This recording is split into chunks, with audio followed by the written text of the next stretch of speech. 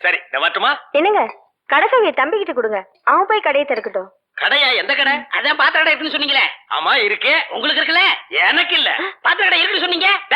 நான் எங்கடா சொன்னேன்? பாத்திரங்களுக்கு ஈயம் பூசுறவேன்னு சொன்னேன். இவ்வளவு விளக்கமா சொல்லவே இல்லையா? என்னத்தோட வழக்கமா சொல்றது?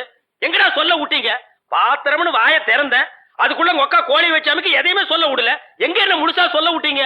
அரையும் குறையுமா கேட்டு ஏன்டா நாட்டுல அலையறீங்க? நீங்களும் தெரு சுத்துறவரா? அப்ப நீங்க ஏற்கனவே தெரு சுத்துனவங்களா? என்ன நாங்க பூ வைக்கிறோமே. நான் ஈயம் பூசுறவன். ரெண்டு மெரிச்சு ஆகி போச்சு. விடு. மலையேற போனாலும் மச்சான் தயவு வேணும்னு சொல்லுவாங்க. தொழிலுக்கு கூட கூட்டிட்டு போங்க.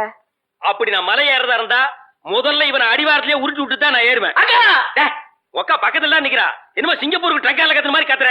போனாய பாத்திரங்களுக்கு ஈயம் பூசுறது, பாத்திரங்களுக்கு ஓட்டு இடைக்கிறது. யோ ஈயம் பூசுறவர நான் தாங்க. எதுக்கு ஈயம் பூசுவ? பாத்திரங்களுக்கு பூசுவனுங்க.